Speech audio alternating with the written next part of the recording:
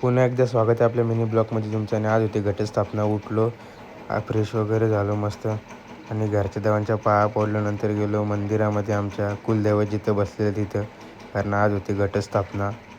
बघू शकता तुम्ही आमचे कुलदैवत आहेत. लगेच तिथून पाया पडून झाला आणि गेलो गावदेवीच्या मंदिरात. इथं बघ तिथं काय कडी लावलेली होती, मंदिरात कोणच नव्हता. गेलो मंदिरामध्ये, तिथं गावदेवीच्या पाया पडलो आणि ही आमची श्रीरामांची जुनी मूर्ती होती, आता नवीन बसवली. तसंच निघलो कोल्हापूरला झाला. ऋतिक भाईला पाहिजे होती गाडी.